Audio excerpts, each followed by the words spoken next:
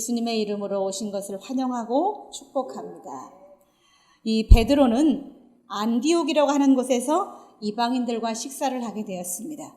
이제 마가의 다락방에 이 성령의 충만함을 입은 이후에 이 사도들은 이방인 선교까지 지경이 넓어졌습니다.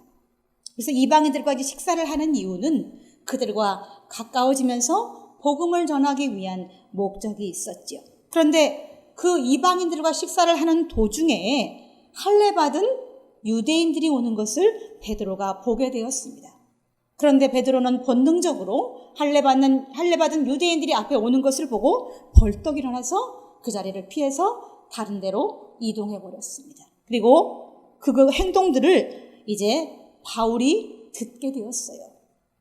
그리고 베드로와 같이 앉아서 밥을 먹던 바나바와 또 유대인 이 일행들도 베드로가 벌떡 일어나서 그 자리를 떠나자 그들도 베드로를 따라서 쪼르륵 하고 다 식사를 먹다 말고 떠나버렸습니다.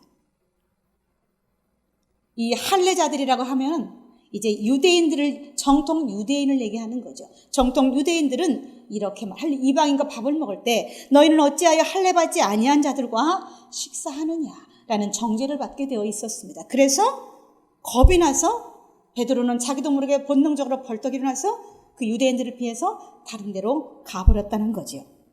근데 이 얘기를 사도 바울이 듣고 나서는 이방인과 밥을 먹지 않는 그런 율법적인 행위를 통해서 의롭다함을 받는 것이 아니다 라고 베드로를 책망했습니다. 하나님은 출애굽 이후에 이 모세를 통해서 많은 명령을 이스라엘 민족에게 내리셨지요. 그 중에 가나안의 원주민 7족속에 대한 이제 관한 사항이 상당히 많이 있었습니다. 출애굽기 23장에 23절로 24절을 보면 내 사자가 내 앞서가서 너를 아모리 사람과 헷 사람과 브리스 사람과 가나안 사람과 휘 사람과 여부스 사람에게로 인도하여 나는 그들을 끊으리니 너는 그들의 신을 경배하지 말며 섬기지 말며 그들의 행위를 본받지 말고 그것들을 다 깨뜨리며 그들의 주상을 부수라라고 명령하셨습니다. 또 적군과 싸움을 나갈 때에도 신명기 20장 16절로 17절에 보면 오직 내 하나님 여호와께서 내게 기업으로 주시는 이 민족들의 성읍에서는 호흡 있는 자를 하나도 살리지 말지니 곧 헷 족속과 아모리 족속과 가나안 족속과 브리스 족속과 히 족속과 여부스 족속을 내가 진멸하되 내 하나님 여호와께서 내게 명령하신 대로 하라 이렇게 말씀하시면서 이 가나안의 원주민으로 살았던 7족속 모두를 진멸하라라고 명령하셨죠. 그 이유는 신명기 20장의 18절 바로 뒤에 나옵니다. 이는 그들이 그 신들에게 행하는 모든 가증한 일을 너희에게 가르쳐 본받게 하여 너희가 너희 하나님 여호와께 범죄할까 함이니라 라고 말씀하시면서 그들을 진멸해야 될 이유를 말씀하셨지요. 이 가나안의 원주민을 살려두면 이스라엘 백성이 그들의 우상을 숭배할 것을 하나님은 아셨기 때문에 애시당초에 진멸하라고 명령하셨던 겁니다. 이스라엘 백성들은 하나님의 선민으로서 이방인과의 접촉도 완전히 금지되었습니다. 그들을 진멸할 뿐더러 그들과 접촉도 하나님은 허용하지 않으셨어요. 이게 자꾸 만나면 사람은 이 이방인일지라도 자꾸 만나면 그들과 가까워집니다. 그들의 문화와 종교 이런 것들에 익숙해지지요. 나중에는 그래서 돌이킬 수 없는 상황까지 가기 때문에 하나님께서는 그런 모든 일을 막기 위해서 이방인을 진멸하고 그들과 접촉도 허락하지 않으셨지요. 우리나라도 왜 130년 전에 우리나라에 복음이 들어왔습니다. 그리고 지금은 1000만이 넘는 이 크리스찬들이 우리나라에 존재합니다. 그것은 130년 전에 해외 선교사님들이 우리나라에 복음을 들고 들어와서 그 선교사님들이 이 동양인 이 대한민국 사람과 섞였기 때문에 그들이 믿는 신을 우리가 믿게 되었던 것과 같은 거죠. 이 세계인을 병들게 하는 이 동성애라는 것이 있습니다. 이 동성애는 이렇게 전 세계가 지금 다 동성애로 영적으로 안 좋은 상황에 있지만 이것은 하루아침에 이렇게 된 것은 아닙니다. 수백 년 동안 유럽 사람들이 동성애를 묵인했고 동성애를 인격적으로 포장하다 보니까 어느 순간에 전 유럽 사람의 절반 이상이 동성애에 빠지고 말았다는 겁니다. 하나님같이 애시당초에 맨 처음에 동성애가 퍼지기 시작했을 때에 강하게 초기에 이걸 경계하고 막았다면 아마도 전 세계가 이렇게까지 동성애로 성적으로 병들지는 않았을 거라는 겁니다. 이제는 아예 손댈 수 없을 지경으로 전 세계 지구인의 3분의 1이 동성애에 빠져 있습니다.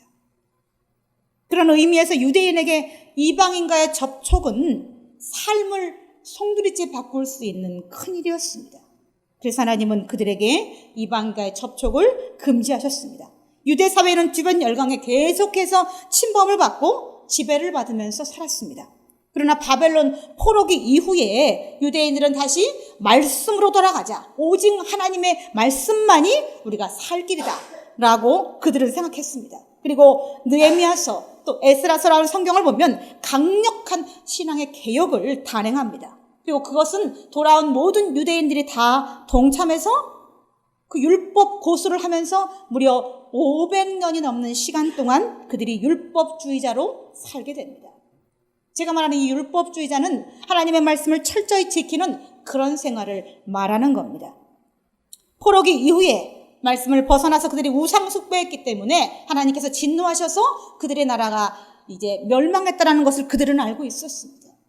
많은 선지자를 통해서 회개해야 된다라고 말했지만 그들은 듣지 않았죠. 더욱더 많이 음란해지고 더욱더 많이 우상 숭배에 빠져서 결국에는 나라가 멸망하고 말았는데 포로기 이후에 돌아온 이후에는 그 말씀을 따라 살려고 하는 것이 그들의 의지였어요. 왜냐하면 하나님께서 그래야 축복한다라고 생각했고 하나님 말씀을 지키는 것이 이 성도에게는 마땅한 것이었기 때문에. 그런데 무엇이든지 간에 지나치면 문제가 생깁니다. 지나치면 문제가 생겨요. 율법 고수의 의지는 나중에 500년이 흐른 그 이후에는 하나님의 관용과 자비 이런 것보다는 이 율법이 사람들을 정죄하고 차별하는 의식으로 바뀌었다는 겁니다. 율법주의자였던 바리새인들 또 유대사회를 장악했던 대제사장들, 서기관들 이런 부류의 사람들은 정치적 주역이 되고자 이권 다툼을 더욱더 많이 하게 되었습니다. 율법을 배울 수 있는 계급들이 따로 있었죠. 유대사회는 누구나 다 율법을 배울 수 없었어요. 권위 있고 또 왕족이거나 귀족이거나 잘 살거나 이런 사람만 율법을 배울 수 있었지 일반 서민들은 율법에 가까이도 갈 수 없었어요. 다만 서기관이나 대제사장들이 가르쳐주는 말을 하나님 말씀으로 듣고 그냥 그것이 진리라고 생각하고 살 수밖에 없었던 거죠. 같은 시대와 같은 사회를 살지만 일반 유대인과 이 지배자 계급의 지도자들, 서기관들, 대제사장들 이런 사람과는 같은 세상을 살지만 삶이 완전히 달랐어요. 완전히 달랐어요. 예수님 당시 로마의 지배를 받을 때도 바리새인들은 제사장과 또 서기관들을 로마의 편에 세워서 그들의 로마의 편에 서서 그들의 비율을 맞춰가면서 유대 사회에서는 이권을 장악하고 그들을 위해 군림하면서 그렇게 살았죠. 유대사회를 장악할 수 있었던 것은 유대사회의 모든 하나님의 말씀이 이 제사장이나 서기관들 이런 부류에게만 말씀이 허용되었기 때문에 그것이 가능했습니다. 유대의 종교 지도자들이 내세운 것은 오직 율법이었어요. 율법 하나님의 법만이 그들에게는 오직 그들을 통제하는 유대인들을 통제하는 법이었습니다. 이 서민 유대인들은 율법의 내용을 알지 못했기 때문에 그들이 가르쳐주는 대로 똥이 된장이라고 그러면 된장으로 알고 그렇게 제가 비유가 좀 그렇습니다만은 그렇게 알 수밖에 없는 그런 사회를 이 유대인들이 살았습니다. 가르치는 대로 그 말씀이 하나님의 말씀이라고 생각하면서 그들은 그 유대의 지도자들을 따르면서 그렇게 살았지요. 그것들 중에 이 히브리인들이 가장 당당하게 말하는 것이 하나 있었죠. 자기들은 하나님이 선택해 주신 하나님의 선민이다라고 하는 그런 특권의식이었습니다. 그들 스스로가 하나님께 선택받았다는 의식 때문에 이방인에 대한 이 멸시가 자리 잡게 되었습니다. 너희들은 아니잖아. 우리는 하나님이 선택한 특별한 백성이야 라고 하는 그 의식이 자기들 정통 유대인이 하는 모든 사람을 멸시하는 그런 이제 조건이 되었던 거죠. 이 정통 유대인들은 이 남유다 왕국의 이 수도는 예루살렘이었어요. 하지만 북이스라엘 땅의 수도는 사마리아였습니다. 근데 그 북이스라엘 땅은 유대인들이 정통 유대인이 아니고 혼혈 유대인들이 살았던 곳이 사마리아예요. 근데 이 정통 유대인들은 사마리아 땅을 경유해서 가면 유대 지역으로 빨리 갈 수 있었어요. 하지만 정통 유대인들은 사마리아 지역의 땅을 밟지 않기 위해서 먼 길을 돌아서 유대 지역으로 들어갔습니다. 이유는 하나였어요. 그 사마리아 지역은 혼혈 유대인이 사는 곳이기 때문에 그 땅을 멸시해서 사마리아 지역을 통과하지 않고 다른 땅을 돌아서 유대 지역으로 들어가는 그런 어처구니 없는 생활을 하고 살았습니다. 예수님 당시도 그랬지요. 그런 민족성이, 이방인을 멸시하는 민족성이 500년이 넘도록 이어졌으니 그게 얼마나 많이 뿌리 깊게 그들의 내면 가득히 차 있었을지는 우리는 상상할 수 있는 거지요. 이 베드로와 일행들도 그것을 너무 잘 알잖아요. 그렇기 때문에 밥을 먹다 자기도 모르게 벌떡 일어나서 본능적으로 그 자리를 피해서 딴 데로 갈 수밖에 없었던 거죠. 그런데 그들은 예수님을 따르던 사람들이었어요. 예수님은 이방인과 유대인을 차별했을까? 예수님은 차별하지 않으셨습니다. 차별하지 않으셨어요. 마태복음 15장에 보면 가나안 여인이 나오죠. 가나안 여인이 자신의 딸이 귀신 들렸다고 왔을 때에 예수님은 그녀의 믿음을 시험해보긴 하셨지만 기꺼이 그녀의 딸의 귀신 들린 것을 치료해 주셨습니다. 또 요한복음 4장에는 이 수가성 사마리아 여인이 나옵니다. 그는 창녀였어요. 그래서 그는 한낮에는 유대인들이 멸시를 받기 때문에 한낮에는 해가 지거나 사람들이 많이 다닐 때는 나오지 않았어요. 그리고 한낮에 뜨거울 때에 태양이 뜨거울 때 유대인들이 나오지 않기 때문에 그 시간에 이 우물가로 물을 기르러 갔었죠. 근데 그 자리에 예수님이 계셨고 모든 사람이 이 여인을 멸시했지만 예수님은 그녀에게 물을 달라고 말씀하셨고 그녀를 정중히 대해주셨고 또 그녀에게 가장 중요한 복음을 전하셨다는 겁니다. 그녀가 이방인이었기 때문에 그녀가 창녀였기 때문에 이 이스라엘 사람들은 멸시하는 것이 당연하다고 생각했습니다. 왜냐하면 그녀의 삶이 창녀로 살기 때문에 멸시받을 수도 사실이 있겠지요. 하지만 그럼에도 불구하고 예수님은 그녀의 그런 행위를 보지 않고 그녀의 내면 속에 들어가서 그녀를 하나님의 사랑으로 대해주었다는 겁니다. 그 영향을 받은 것이 바로 베드로예요. 사도들이 다 그 영향을 받고 3년 6개월 동안 예수님과 동행하면서 예수님의 그 제한 없는 사랑을 배웠음에도 불구하고 베드로는 지금 이방인과 밥을 먹다가 벌떡 일어나서 그 이방인들이 얼마나 무안했겠어요. 벌떡 일어나서 떠남으로 인해서 이방인들은 그래 우리는 여전히 멸시받는 이방인이구나 라고 밥을 먹으면서 아마 체하지 않았을까요? 난 체했을 것 같아요. 이렇게 드러내서 멸시하는데 무시하는데 체하지 않았겠어요? 이 베드로의 이런 모습은 너무 이중적인 모습이죠. 그들에게 복음을 전해서 하나님은 사랑이십니다. 하나님은 살아계십니다. 이렇게 복음을 전하면서 그들을 무시하는 행동은 너무 이중적인 행동이 아닌가요? 우리가 당신을 사랑합니다 라고 하면서 밥 먹는 것도 부끄러워한다면 어떻게 그 속에 하나님의 사랑이 있다라고 말할 수가 있겠어요? 우리는 예수를 믿음으로 하나님의 자녀가 되고 구원을 받았습니다. 근데 그 구원과 선한 행실은 뗄래야 뗄 수 없습니다. 많은 기독교인들이 우리는 믿음으로 구원받기 때문에 행실과 상관이 없다라고 말하고 행실을 함부로 하는 것이 현대 기독교인들의 큰 문제입니다. 우리는 이것은 조금 개선해야 될 문제라고 저는 생각합니다. 신학적인 어떤 그런 이론을 떠나서 신학적인 측면을 떠나서 이것은 옳지 않다고 저는 생각하는 사람 중에 한 사람입니다. 믿음과 선함은 늘 같은 짝입니다. 떨려야 뗄 수 없는 짝으로 동행해서 가야 되는 것이지요. 그런데 오늘 베드로는 그런 행동을 하지 못했지요. 외식하는 유대인 같은 모습을 지금 보이고 있습니다. 외식하는 바리새인들이여 라고 예수님이 늘 말씀하셨는데 지금 베드로가 그런 모습을 보이고 있다는 겁니다. 하나님은 모든 고아와 과부와 객과 또 압제당하는 자들의 하나님이라고 그들은 율법 조문에서 배웠습니다.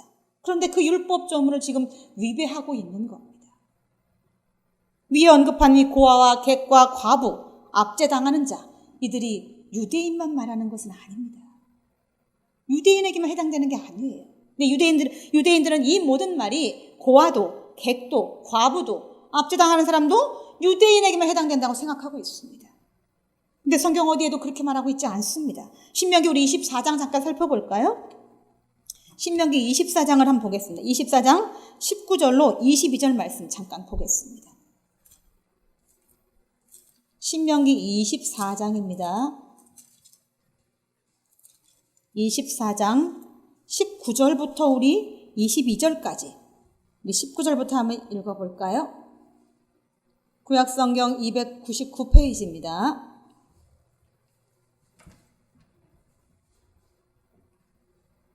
우리 22절까지 읽어보겠습니다.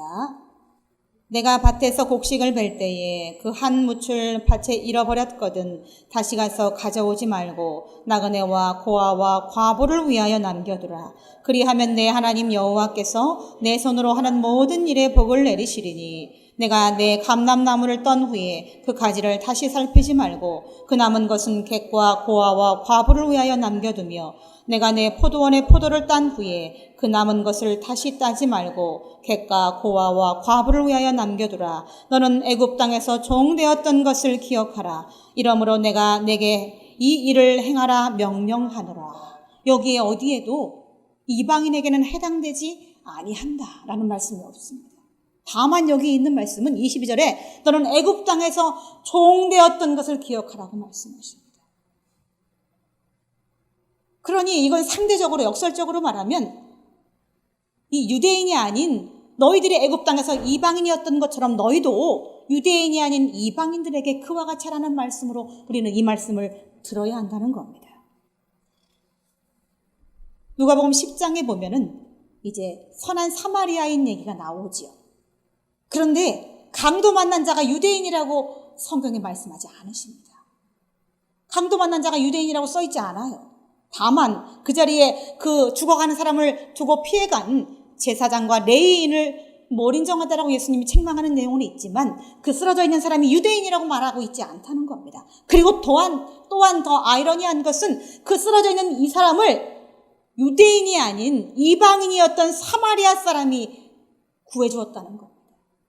그래서 이방인들은 유대인들을 돌보아 주는데 이 사람이 혹시 쓰러진 사람이 유대인이 아닐 수도 있고 유대인일 수도 있지만 사마리아인 멸시받는 사마리아 사람은 그가 누구든지 상관없이 그 죽어가는 사람을 돌보아 주었는데 정통 유대인이었던 제사장과 레위인은 뭘 인정하게 죽든 말든 신경 안 쓰고 그냥 지나가 버렸다는 겁니다. 그리고 예수님은 그들에게 이렇게 말씀하셨습니다. 너희 이웃이 누구냐? 그랬을 때 그 사람들이 사마리아인입니다. 이렇게 말했죠. 그때 예수님 또다시 말씀하셨어요. 너희도 가서 이와 같이 해라. 이방인이 너희에게 하는 것처럼 이방인이 아픈 사람을 돌보아주는 것처럼 너희도 가서 그렇게 행해라 라고 말씀하셨지 누가복음 10장의 어느 곳에도 쓰러져 있는 사람이 유대인이라고 말하고 있지 않다는 겁니다. 우리 정통 유대인들은 그 쓰러져 있는 사람을 멸시했지만 멸시받았던 이 사마리아 사람은 그 쓰러져 있는 사람을 위해서 자기 것을 아끼지 않고 내주는 모습을 볼 때에 이방인에게 밥 먹으면서 그들을 멸시해서 그 자리를 떠나는 이 베드로의 행동은 참으로 이중적인 행동이다라고 우리는 말할 수 있겠죠. 책망을 들어서 마땅한 행동이지요. 예루살렘과 온 유대와 사마리아 땅 끝까지 내 증인이 되라 이렇게 말씀하셨어요. 예루살렘과 온 유대와 북이스라엘의 수도였던 사마리아와 그리고 땅 끝까지는 전 세계를 의미하는 겁니다. 전 세계에 나가서 증인이 되라라고 말씀하시는데 지금 이방인과의 밥을 먹다가 그것이 부끄러워서 베드로와 그 일행들은 자리를 뜨고 말았다는 거죠. 출애굽 이후에 이 가나안 땅의 사람들을 진멸하고 이방인과의 접촉을 금했던 것은 이방인과의 접촉을 금한 것은 유대인의 그 정통성을 세우기 위한 하나님의 방편이셨다는 겁니다. 그때는 그렇게 했어야만 했던 거예요. 그러나 초대교회 당시 베드로가 지금 이방의 접촉을 금하는 것은 다만 유대인들의 우월감을 세우기 위한 것이에요. 자기가 이 정통 유대인들에게 정죄 듣는 것을 싫어해서 그 자리를 피했다는 겁니다. 그런 차이가 있어요. 고대 때의 유대인들과 접촉을 금한 것과 초대교회 당시에 베드로가 지금 유대인들의 접촉을 꺼려한 것은 분명히 다른 겁니다. 분명히 차이가 있는 겁니다. 우리는 그 차이를 알아야 돼요. 이 유대인들은 아직도 이방인들에 대해서 멸시하고 군림하려고 하는 그런 양상이 너무 많이 있다는 겁니다. 예수님은 인류를 구원하시기 위해서 자신의 생명까지 다 내주셨는데 유대인들은 아직도 특별하다는 선민의식으로 그들이 교만하고 또 탐욕적으로 살고 있다는 거죠. 베드로 당시까지도 그랬으니까. 이 베드로의 모습은 스스로를 차별하는 겁니다. 나는 선민이야. 하지만 너희들은 이방인이야. 라고 차별하는 그 의식이 식사 자리를 일어나면서 거기에서 드러났던 거죠. 속 깊이 뿌리 박힌 어찌할 수 없는 그 차별의식이 베드로에게 있었어요. 그래서 그것을 지금 사도 바울은 책망하고 있는 거죠. 이 사도행전 3장에 보면 베드로와 요한이 성전으로 이제 기도하기 위해서 올라가다가 성전 미문 앞에 앉은 안진뱅이를 보죠. 그리고 그들에게 이제 말로 선포해서 그 안진뱅이를 일으켜준 적이 있었어요. 하지만 그 전까지 유대인들은 늘 정한 시간에 성전에 들어가서 기도하기 위해서 그 미문을 통과할 때마다 그 미문 앞에 앉아있는 안진뱅이를 봤어요. 그러면 그 안진뱅이에게 유대의 종교 지도자들은 그 성전에 들어가면서 동전을 툭 하고 던져주고 갑니다. 네, 분명히 내 돈을 그들에게 주지만 그 유대의 종교 지도자들은 그 기도하러 들어가는 그 사람들 속에는 그 안진뱅이를 자기 이웃으로 생각하지 않는다는 겁니다. 다만 거렁뱅이에게 내게 있는 동전 한 입 넣어준다는 의식밖에 그 이상은 아닌 거예요. 차별이 그들 속에는 늘 뿌리 깊게 자리하고 있었습니다. 한 번도 그 안진뱅이를 긍휼히 여기거나 불쌍한 내 이웃이라고 나와 같은 유대인이라고 생각하지 않았다는 겁니다. 하나님은 유대인들을 선택한 것이 유대인들의 그 속에서 이방인들에게, 유대인의 그 서민들에게 군림하라고 그들을 선택하신 것은 분명 아닙니다. 그들은 하나님의 말씀으로 하나님께 많은 사람을 인도하기 위한 하나님의 선민이었지 그 이상도 그 이하도 아닙니다. 땅끝까지 복음을 전해야 하는 사명이 유대인에게 있었습니다. 유대인에게는 땅끝까지 복음의 증인이라고 말씀하셨잖아요. 근데 지금 복음의 증인이 되기보다는 자기들의 선민의식에 빠져서 사람들을 멸시하는 것으로 그들은 지금 완전히 뿌리 깊은 그런 차별의식이 그들에게 표출되고 있다는 겁니다. 이 출애굽 당시 이방인을 진멸해라 또 접촉하지 말라는 말은 악한 명령일까요? 하나님이 악해서 가나안 땅의 모든 사람을 죽이라고 말씀하셨을까요? 그들은 접촉하지 말아라 이렇게 명령하셨는데 그게 악한 명령일까? 우리는 한번 생각해 봐야 합니다. 예를 들어서 전쟁터에 나가서 적군을 향해서 총을 쏘는 것이 악한 일일까요? 우리나라의 법에 정당방위라는 게 있습니다. 이건 악한 행위 아닙니다. 하나님께서 이스라엘 땅의 가나안 땅의 원주민들을 모두 진멸하고 그들과 접촉하지 말라는 것은 결코 악한 명령이 아닙니다. 전쟁터에서 적군을 맞서서 싸우듯이 그들에게 총을 쏴서 내 나라를 지키는 것이 악한 일이 아니듯이 이것은 악한 행위가 아닙니다. 악한 명령도 아닙니다. 대한민국의 군인은 대한민국이라는 나라를 지키기 위해서 적군이 침입하면 그들을 상대로 죽일 수밖에 없는 거죠. 그것이 정의죠. 그러므로 고대 때 이방인과 접촉할 금한 것은 베드로가 지금 이방인과 접촉을 부끄러워하면서 자리를 떠난 것과는 분명히 다르다는 겁니다. 분명히 다른 거예요. 같이 해석하시면 안 됩니다. 출애굽 당시 말씀을 바로 세우기 위해서 우상 숭배하는 이방인의 접촉을 금했던 겁니다. 그러나 지금 베드로는 말씀을 땅끝까지 전하기 위해서 이방인과의 접촉이 반드시 필요했습니다. 반드시 접촉을 해야 했어요. 근데 지금 거꾸로 가고 있다는 거죠. 베드로가 지금 사명을 잠깐 망각하고 그런 행동을 한 것이 아닌가 그런 생각이 듭니다. 예수님께 3년 넘게 배운 것은 차별 없는 사랑이었어요. 예수님은 차별 없는 사랑을 제자들에게 가르치셨어요. 3년 6개월 동안 계속. 물론 저는 베드로를 비난하고 싶지는 않았습니다. 아무렴은 베드로가 나보다야 못했겠어요? 베드로를 비난하고 싶지는 않습니다.